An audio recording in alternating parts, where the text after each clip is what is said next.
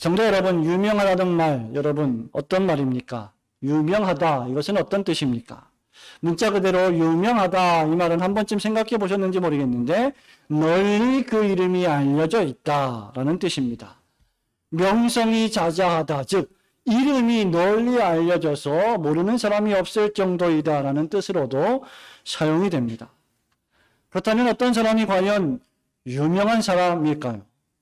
세상이 제시하는 유명한 사람의 기준이 있습니다. 그것은 무엇입니까? 바로 세상적인 성공이죠. 또는 많은 재산입니다. 큰 재력을 얻을 때 그 사람은 유명해집니다. 세상의 인기를 독차지할 때 그 사람은 유명 인사가 됩니다. 소위 우리가 TV에서 자주 볼 수 있는 연예인, 영화배우, 가수, 우리 젊은 친구들이 좋아하는 아이돌, 이런 사람들이 바로 유명한 사람들이다. 셀러브리티라고 보통 우리가 말을 합니다. 뿐만 아니라 BTS와 같이 유명 스타의 인스타의 팔로워가 무려 BTS는 1000만 명이 된다고 하는데 그 팔로워들이 수백만 명, 수십만 명이 될 때 그는 정말로 인기가 있는 사람이라고 할 수 있습니다. 뿐만 아니라 유튜버 시대인 오늘날은 그 유튜브 조회수가 수백만을 자랑하는 많은 유튜버들이 있습니다. 이 가운데는 아마 여러분들도 한두 번쯤은 좋게 보았을 수 있는 자신의 몸을 상하게 하면서까지도 유명해지려는 사람들이 있는데 대표적인 사람들이 바로 수십만 원 하는 음식을 상에다 차려놓고 한 끼 식사에 수십만 원 하는 음식을 차려놓고 소위 폭식하고 과식하는 유튜브 먹방이 바로 대표적인 실례입니다. 유명해지려면 일부러 사건을 만들고 일부러 시끄러운 일을 만들어서 유명해지려고 노이즈 마케팅을 하는 사람들도 있습니다.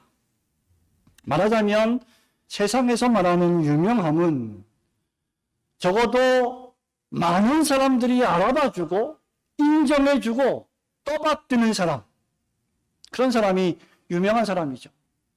여러분, 그런 의미에서 여러분 어떻습니까? 여러분 유명한 사람들입니까? 그렇지 않습니다. 우리들은 별로 유명하지 않습니다. 누가 우리를 인정하거나 떠받들거나 우리를 알아주지 않습니다. 기껏해야 우리 가족들, 우리 친구 몇 명뿐입니다. 그러나 성경에 말하는 유명함은 세상의 유명함과는 전혀 차원이 다른 유명입니다. 성경은 도리어 세상적 기준으로 볼 때는 무명한 사람들이, 알려지지 않은 사람들이 오히려 더욱 유명한 사람이다라는 역설적인 진리를 우리에게 가르쳐 줍니다. 성경은 바로 이런 방식으로 유명함의 세상적 기준을 무너뜨리는 새로운 기준입니다. 성경은 아무도 알아주지 않고 아무도 인정해주지 않고 심지어 세상 사람들의 기준으로 볼 때는 성공은커녕 실패한 사람이라는 평가를 받을지라도 도리어 그런 사람조차 하나님 앞에서는 매우 유명한 사람이다 라고까지 말하고 있습니다. 성경은 참된 믿음을 가지고 하나님을 경배하고 섬기며 묵묵히 고난을 견디고 겸손히 하나님을 섬기며 교회를 위해 봉사하는 사람을 가리켜 유명한 사람이라고 말합니다. 사도 바울은 고린도 교회에 편지하면서 본문 6장에서 그러한 유명한 사람의 몇 가지 특징을 설명하고 있습니다. 어떤 의미에서 우리들은 유명해지기를 원합니다. 유명한 사람이 되기를 원합니다. 온 세상 사람들로부터 인정받기를 원해서가 아니라 적어도 내가 살고 있는 공동체에서, 내가 운영하고 있는 회사에서 내 친구들로부터 인정을 받기를 원하는 욕구들이 조금씩 있습니다. 그러나 성경에 말하는 참된 유명함이 무엇인지 모른다면 그는 결코 진정으로 사람들이 알아주고 인정해주는 유명한 사람이 될 수는 없습니다.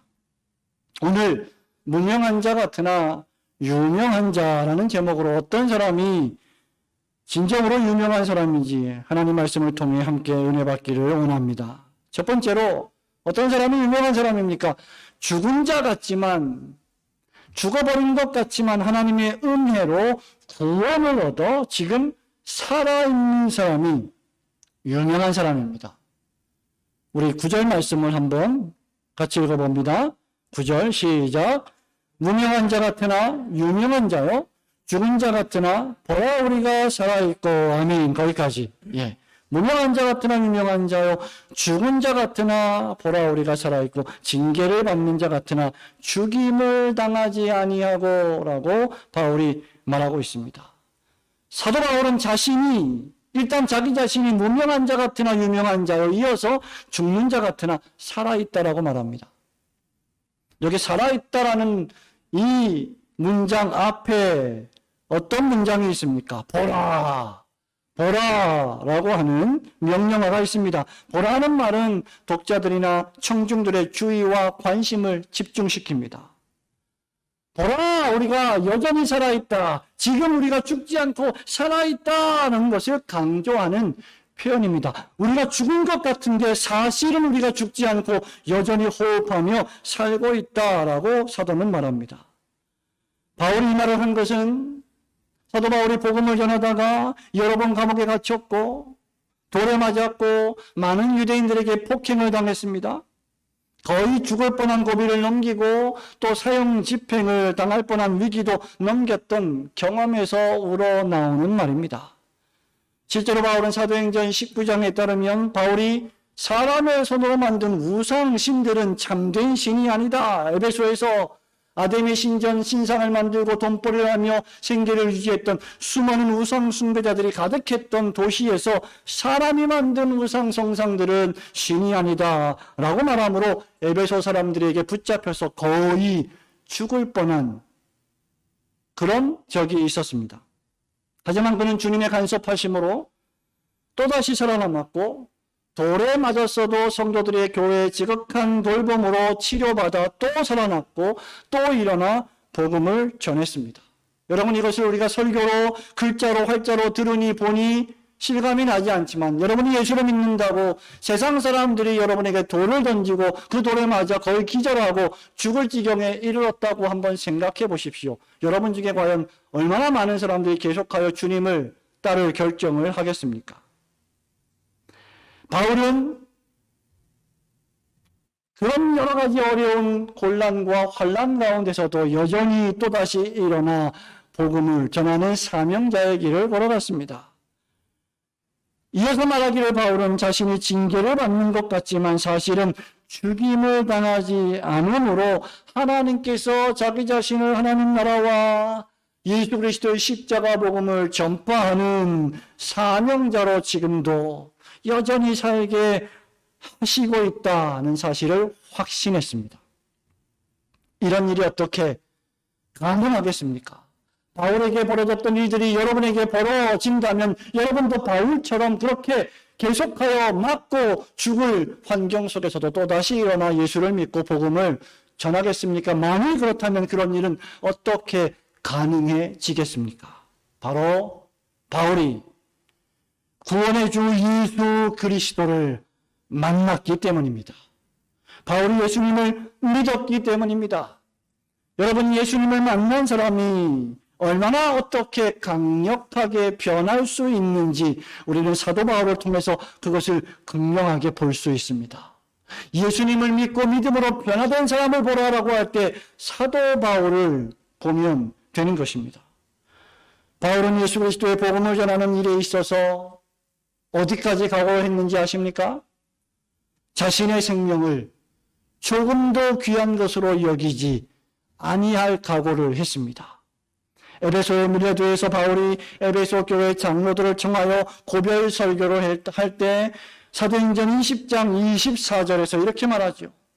내가 달려갈 길과 주 예수께 받은 사명 곧 하나님의 은혜의 복음을 증언하는 일을 마치려 하면은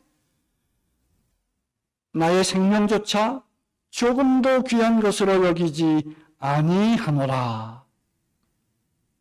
교회를 핍박하고 잔해하던 바울을 찾아와서 그의 죄를 용서해 주시고 구원하여 주셨으며 그에게 눈에 보이는 세상이 전부가 아니라 하나님의 나라가 있다 말씀하시며 영원한 생명을 은혜의 그 복음을 주신 그 영원한 생명을 주셨기에 바울은 그런 주님을 위해서 사명을 감당했던 것입니다.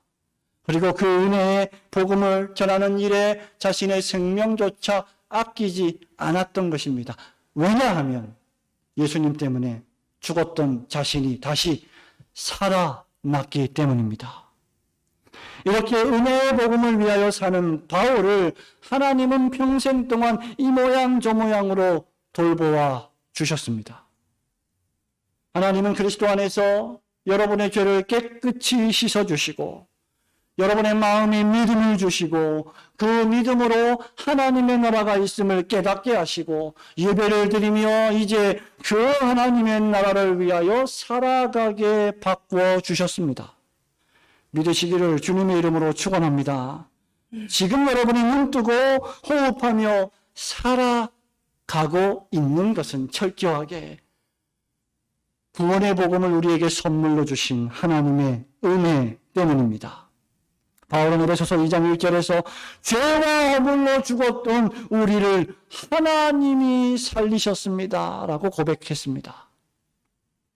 과거에는 육체의 욕심을 따라 썩어져가는 유혹의 욕심을 따라 살아갔던 그 육체와 마음이 내 마음과 내 육신이 내 죄악된 성품이 원하는 것을 하면서 본능에 충실하게 살아갔던 본질상 진노의 자녀였는데 예수님을 만나고 예수님을 믿고 죄 용서함을 받고 의롭다함을 받으며 변화된 신자로 살아갈 때 이제 우리는 그리스도와 함께 하나님이 우리를 살리셨고 일으키셨고 예수 안에서 하늘에 앉아 하나님과 함께 세상을 통치하는 자로 살아가도록 인생을 완전히 바꾸어 주신 것입니다.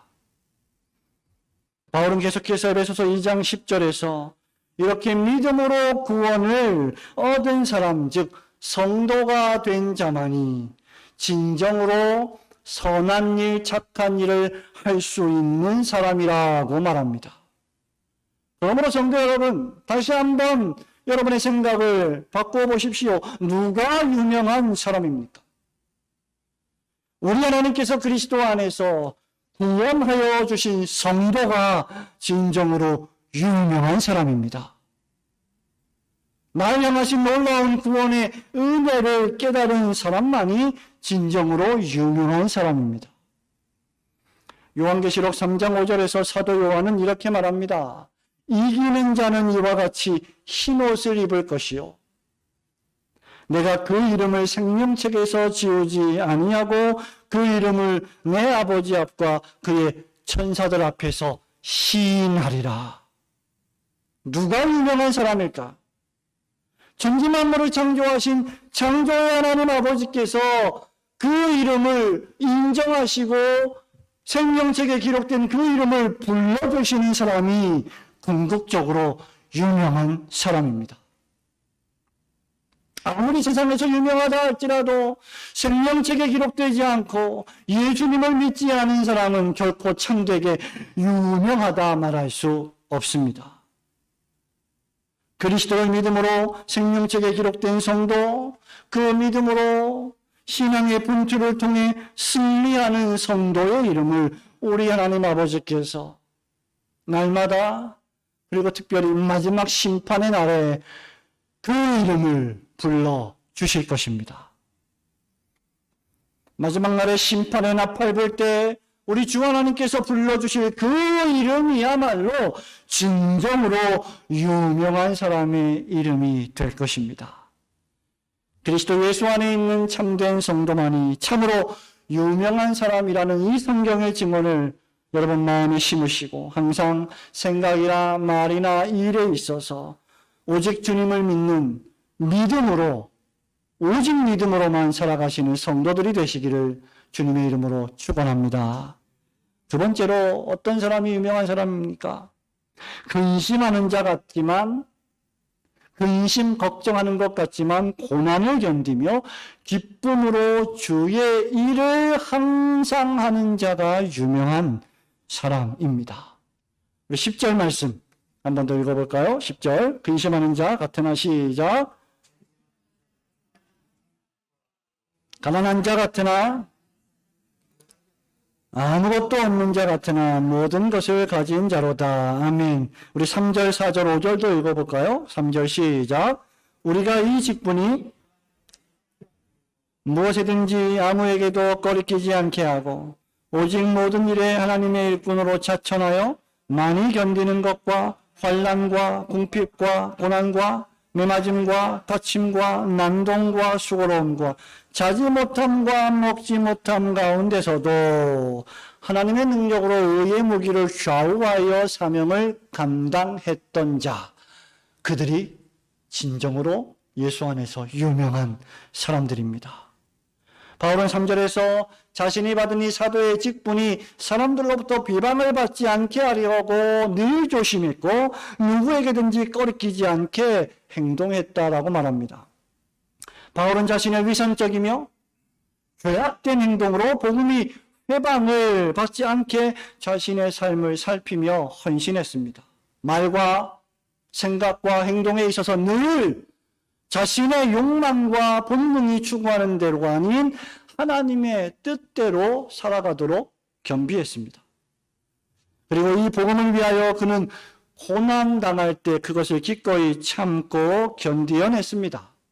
4절과 5절에서 복음을 위해 그가 견디어야 했던 일들을 바울은 나열하고 있습니다. 더 노골적으로 말하자면 여러분들이 교회 안에서 신앙생활하고 교회를 섬길 때 견뎌내야만 했던 어려움들을 지금 바울이 나열하고 있는 것입니다. 어떤 의미에서 복음을 위해 우리가 견뎌내야 할 것, 그 무엇일까요?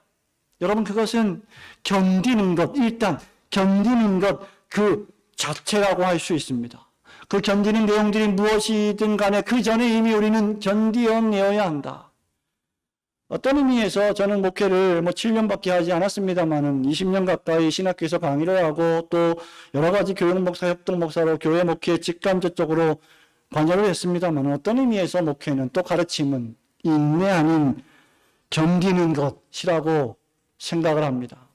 성도들의 신앙생활 역시 어떤 의미에서 견디는 것이다 라고 할 수 있습니다. 우리가 하나님의 사람으로 부르심을 받았다면, 그래서 경건한 삶을 살아야 한다면 목사든 일반 성도이든 세상에서 핍박을 받게 되어 있습니다. 예수를 믿는다는 것 때문에 그것을 견디는 것입니다. 그 견딤의 내용이 무엇입니까? 환난이죠. 4절 5절에 궁핍이죠. 고난입니다. 성도 여러분, 이미 하나님은 어떤 사람을 복음 사역자로 부르실 때 그에게 많은 고난이 임할 것이다라는 것도 알려주셨습니다. 사도행전 9장 15절 16절에 예수 그리스도께서 바울을 부르셨을 때 너에게 앞으로 많은 고난이 있을 것이다 예언하신 바 있습니다. 환난은 역경입니다. 역경이 무엇이에요? 어려운 상황, 어려운 시간, 어려운 순간입니다. 궁핍은 재정적 부족입니다. 돈이 부족한 것입니다. 고난은 정신적 고통입니다. 그러므로 여기서 환난과 궁핍과 고난은 육체적이며 정신적인 고통을 의미합니다. 교회를 섬길 때 마냥 행복하고 즐거운 것이 아니라 이런 육체적, 정신적 고통이 있다는 것이죠. 또한 바울은 계속해서 그가 견디었던 고통 중에 매를 맞았다. 감옥에 갇혔다. 모르는 도시에 갇혔다. 난동을 경험했다. 수고로움이 있었다. 불면증에 시달렸다. 그리고 제대로 먹지도 못한 적이 너무 많았다라고 간증하고 있습니다. 이런 간증이야말로 참된 간증이 아니겠습니까? 바울이 40에 하나 감암매를 무려 5번씩이나 맞았다는 것은 여러분이 익히 알고 있는 사실입니다.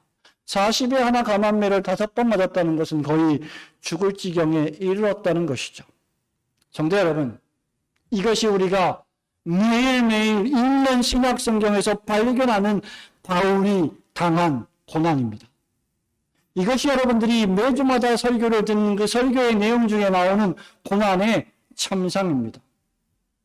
하나님이 준비하신 은혜의 복음을 선포하는 은혜의 날에 도리어 바울 사도는 고통을 당하고 있습니다. 하나님의 은혜의 복음이 성도들에게 잘 흘러가게 하기 위해서, 교회가 화목하고 화평하게 하기 위해서 도리어 바울은 이 모든 어려움들을 기꺼이 온몸으로 맞으며 견디어 냈습니다. 이것이 바로 성도입니다. 물론 그렇게 복음을 전하는 바울에게도 순간순간 하나님이 주시는 기쁨과 즐거운 시간들이 있었습니다. 하지만 반복적으로 전반적으로 볼 때 복음을 전하고 교회를 세워가고 목양을 하는 일은 반복적인 고난의 연속입니다. 그러나 바울이 이 모든 것을 견디어낸 이유는 이로 말미암아 예수 그리스도께서 세우신 교회가 든든히 서가고 하나님의 나라가 확장되고 하나님의 거룩하신 이름이 영광을 받으실 것을 잘 알고 있었기 때문입니다. 이 모든 일이 어떻게 가능했을까? 그에게는 앞서 말한 대로 하나님이 주시는 은혜가 있었기 때문입니다. 은혜 아니면 이 일을 감당할 사람은 없습니다.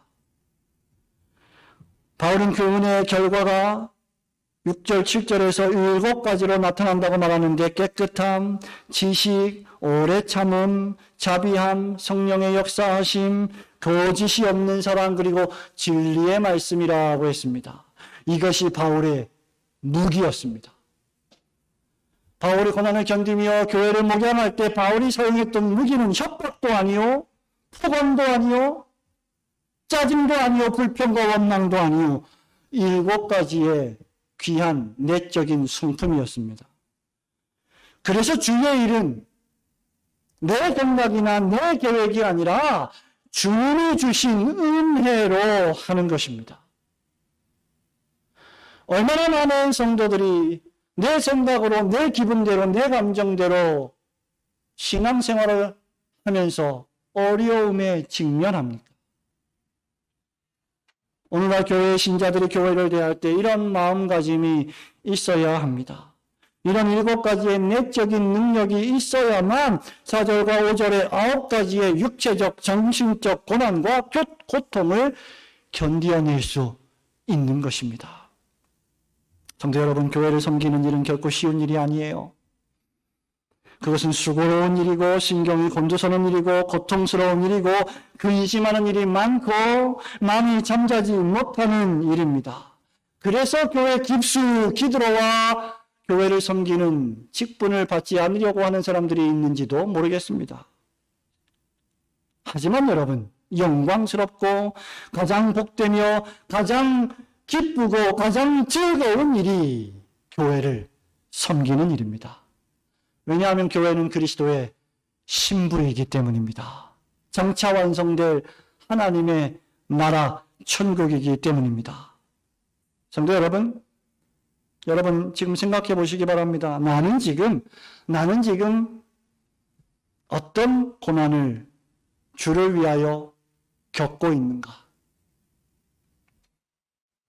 어떤 수고를 주님의 몸된 교회를 위하여 하고 있는가? 하나님이 주신 은혜의 복음을 위하여 무엇을 감수하고 있는가? 혹시 누가 나를 알아주지 않는다고, 인정하지 않는다고 불평하지는 않습니까? 모든 일이 다 잘 될 때는 자신의 공로라고 자랑하지만 교회가 어려움에 처했을 때는 다른 사람 탓을, 환경 탓을 하지는 않습니까? 교회를 섬기는 것은 가장 힘들지만 가장 영광스러운 주님의 축복이요 은혜입니다. 그러므로 우리는 기쁨을 가지고 고난을 견디며 주의 일을 계속할 수 있는 것입니다. 육체적, 정신적 어려움 가운데서도 묵묵히 고난을 견디며 기쁨으로 주께서 맡기신 사명을 남김없이 감당했던 바울처럼 여러분도 하나님께서 여러분에게 주신 사명을 감사함으로 더욱 힘쓰시는 성도들이 되시기를 주님의 이름으로 축원합니다.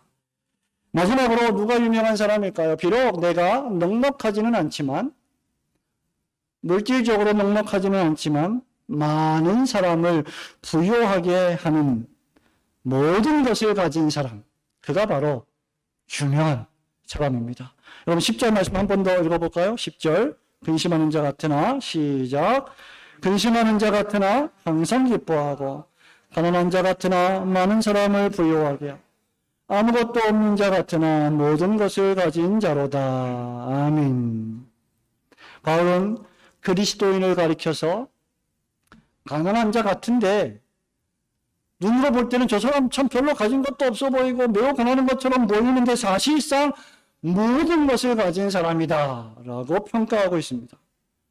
여러분, 이것은 성도가 얼마나 하나님 앞에서 귀한 존재인지 높은 존재인지를 여실히 보여주고 있습니다.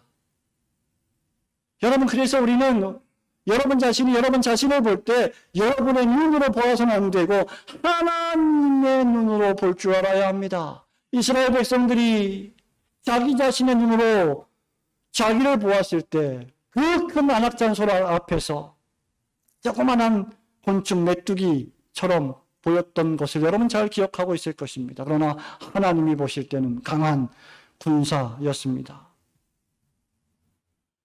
여러분, 우리는 아무것도 가진 것 없는 것처럼 보이지만 실상 모든 것을 가지고 있는 성도입니다. 이것은 성도라는 존재가 지닌 역설적 진리입니다. 그래서 여러분, 우리가 별로 내세울 거 없는 것처럼 보이는데 살아갈 때는 그렇게 당당할 수가 없어요. 세상 사람들이 알지 못하는 보화를 마음의 영혼에 가지고 있기 때문입니다. 기껏해야 세상 사람들은 70, 80, 90, 100세를 살다가 죽고 심판을 당하고 지옥에 떨어지지만 하나님의 백성들은 그 너머의 영원한 하나님의 나라를 살아가기 때문입니다. 성도는 가난해 보이지만 다른 사람을 부유하게 만드는 사람이고 세상적으로 볼품없어 보이지만 모든 것을 가진 가장 귀하고 당당하며 유명한 사람입니다. 야고보는 야고보서 2장 5절에서 하나님이 세상에서 가난한 사람들을 택하사 그 다음 믿음으로 부유하게 하시고 약속하신 나라를 상속으로 받게 하셨다라고 했습니다. 우리가 왜 부자인가? 믿음으로 우리가 부자가 되었고 믿음으로 말미암아 하나님이 약속하신 그 엄청난 나라를 유산으로 받게 되었기 때문이다 라고 야고보는 말하고 있습니다. 바울 역시 고린도후서 8장 9절에서 우리 주 예수 그리스도의 은혜를 너희가 알거니와 부요하신 이로써 너희를 위하여 가난하게 되심은 그의 가난함으로 말미암아 너희를 부요하게 하려 하심이라 하고 있습니다. 그렇다고 하면 우리가 가진 성도가 가진 부요함은 예수를 믿는 믿음의 부요함이요, 우리가 가진 영생의 부요함이요, 우리가 마침내 들어갈 천국의 부요함입니다. 그리고 이제 우리는 이렇게 부요한 자가 되었으니 더욱 낮아져서 세상에 있는 사람들을 부요하게 만드는 자로 살아가야 합니다. 비록 성도가 이 세상에서 볼품없어 보이고 가진 것도 없으며 괄시를 받는 자라 할지라도 하나님께서는 도리어 성도가 모든 것을 가진 자다라고 말합니다. 약간 많은 것을 가진 자 정도가 아니라 모든 것을 가진 자다라고 말했습니다. 이유는 성도가 가진 믿음으로 다른 사람들에게 복음을 전함으로 그들도 우리가 믿는 하나님의 아들 독생자 예수 그리스도를 믿음으로 구원을 얻게 할 수 있기 때문입니다. 우리가 믿는 믿음으로 그 결과 복음을 전함으로 눈에 보이는 이 세상이 전부가 아니요 하나님의 나라가 있으며 그 나라를 위해 사는 것만이 진정으로 가치 있는 부요한 일임을 그들에게 깨닫게 할 수 있기 때문입니다. 이것이 하나님께서 세상에서 미련한 자들을 택하사 지혜 있는 자들을 부끄럽게 하시는 놀라운 복음 전도의 방식입니다. 예수님께서 택하신 제자들의 면면을 보십시오. 베드로, 야고보, 요한을 필두로 예수님이 택하신 12 제자들 가운데 그렇게 똑똑한 사람, 그렇게 배경이 든든한 사람, 돈이 많은 사람 별로 없었습니다. 그들은 갈릴리의 촌사람들이요 그저 어부였습니다. 그럼에도 예수님이 부르셨을 때 그들은 세상을 바꾸는 사람들이 되었습니다. 불굴의 사도가 되었고 사랑의 사도 요한이 되었으며 복음을 위하여 주의 교회를 위하여 성도들을 섬기다가 죽음도 불사하는 두려움 없는 용기의 사도 야고보가 되었습니다. 여러분의 월급이 그저 세상 사람들의 월급과 비교해 볼 때 미미하다 할지라도 그 가운데 일부를 주의 나라와 복음을 위하여 쓸 때, 성도들을 구제하고 섬기며 헌신하며 봉사할 때, 그 가치는 세상의 그 어떤 재산 가치보다 더욱 탁월한 하나님 나라의 가치가 될 것입니다. 영국에 가면 가장 최고의 명문 축구 클럽 가운데 맨체스터 유나이티드가 있죠. 박지성 선수가 이 클럽에 2005년부터 2012년까지 무려 7년 동안 뛰면서 수많은 우승컵을 들어 올렸습니다. 정말 꿈인지 생시인지 대한민국의 아시아계의 대한민국의 선수가 맨체스터 유나이티드에서 선수로 뛰다니 있을 수 없는 일이 벌어졌습니다. 이 축구클럽의 감독이었던 알렉스 퍼거슨 감독은 자신이 지도했던 선수 가운데 가장 저평가된 선수가 누구냐라는 기자의 질문을 받았습니다.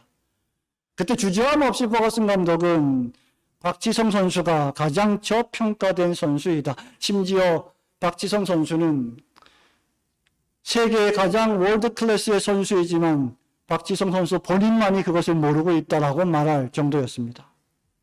퍼거슨에게 박지성은 소위 unsung hero, 즉 알려지지 않는 영웅, 이름 없는 영웅, 무명의 영웅이었습니다.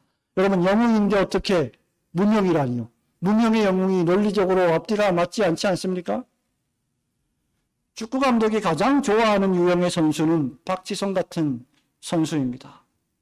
3개의 폐, 2개의 심장을 지닌 선수, 박지성 선수의 별명이죠.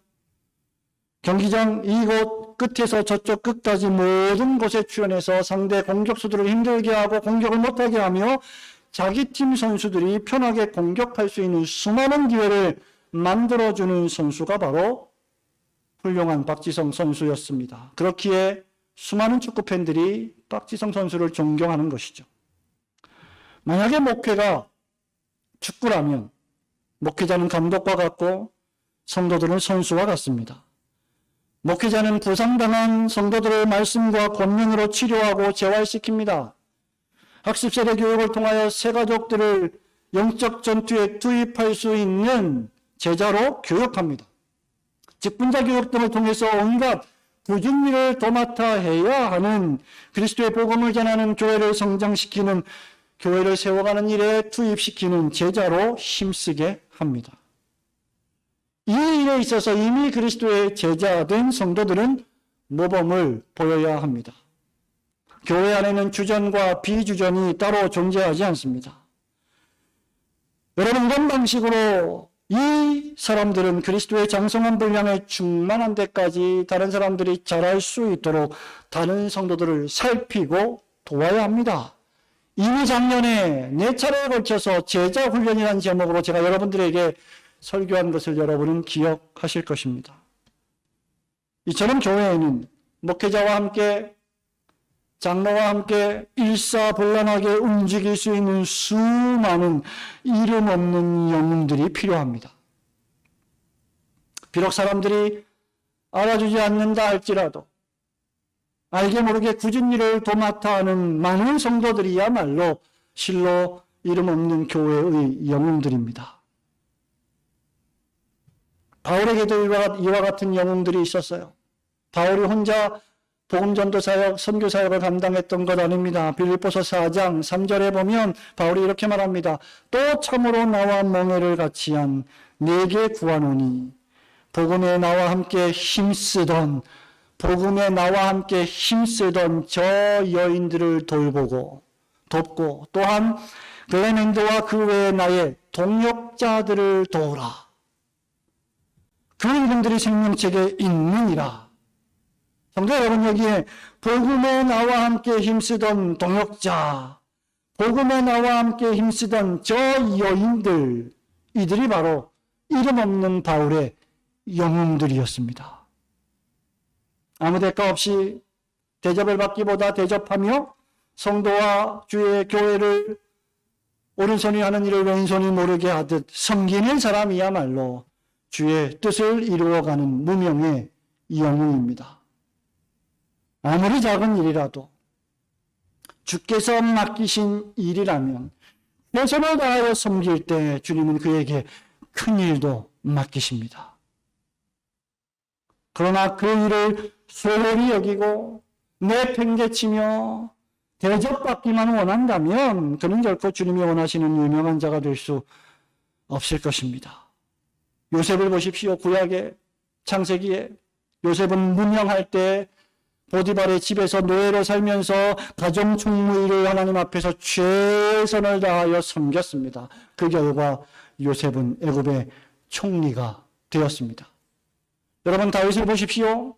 아무 볼품없는 광야의 목동, 양을 치는 양치기였지만 그는 성심껏 양떼를 돌보았고 결국 그는 이스라엘을 통치하는 왕이 되었습니다. 무명의 시간이 없이는 유명의 시간은 존재하지 않습니다. 최근 무명이라고 하는 책을 쓴 저자 김일환 전도사님이 책을 썼는데요. 그의 책에서 이렇게 말합니다. 하나님이 자신의 사람들을 철저한 무명 가운데 두시는 이유는 그들의 모든 결론이 자신의 이름을 높이는 유명이 아니라 하나님을 위해서 사는 사명의 길로 걸어가게 하시기 위함입니다. 이렇게 썼습니다. 하나님이 우리를 무명의 시간에 두시는 이유는 우리가 유명해지기를 원해서가 아니라 하나님을 위하여 사는 사명의 길로 걸어가게 하시기 위함이다. 말하자면 모든 그리스도인들은 유명해지기 위해 하나님을 섬기는 것이 아니라 사명을 위해 하나님을 섬기는 것입니다. 제 친구 의사 중에 한 명이 교회에서 장립집사로 열심히 섬기고 있는데 뜻하지 않게 그 교회의 장로님 한 분이 병에 걸렸습니다. 이 장로님은 교회가 처음 개척이 될 때 교회가 너무 어렵고 힘들어서 장로님이 자기의 개인적인 재산을 일부 털어서 목회자의 사례를 매달 수년 동안 충당했던 아주 귀한 장로님이었고 그 이후에 교회가 든든히 세워져 갖고 더 이상 그 장로님이 이제는 그런 방식으로 목회자를 섬기지 않아도 될 정도로 교회가 성장하고 안정되었습니다. 그런데 뜻하지 않게 최근 그 장로님이 암에 걸렸습니다. 그러면서 이 장로님을 진찰했던 집사님이 상태가 좀 안 좋아 보이는데 일단 큰 대학병원에 가서 다시 한번 검사를 받아보십시오 했는데 또 검사해보니 암에 걸린 것이 확실했습니다. 평생 주님을 섬겼고 주님의 몸된 교회를 섬겼음에도 불구하고 그 장로님께 돌아온 것은 질병이었습니다. 암이었습니다. 그런데 놀랍게도 이 집사님이 이 장로님께 하는 말이 아주 멋집니다. 장로님을 제가 치료하겠습니다. 걱정하지 마십시오. 장로님은 암 때문에 죽는 것이 아닙니다. 사명 때문에 죽을 것입니다. 우리는 사명을 위해 살다가 사명을 위하여 죽기 때문입니다. 그러므로 사명이 끝나지 않는다면 죽지 않을 것입니다. 성도 여러분, 우리는 하나님이 우리에게 맡기신 일, 예배하는 일, 복음을 전하는 일, 세상의 소금과 빛으로 살아가는 일, 주님이 세우신 교회를 건강하게 성장시키는 이 사명을 위하여 살아갑니다. 이 사명이 다할 때 우리는 하나님의 나라에 입성하게 될 것입니다. 여러분의 욕심이나 명예를 위한 섬김이 아니라 오직 하나님의 영광만을 위한 사명을 위해 성도와 교회와 이웃을 부요하게 하시는 성도들이 되시기를 주님의 이름으로 축원합니다.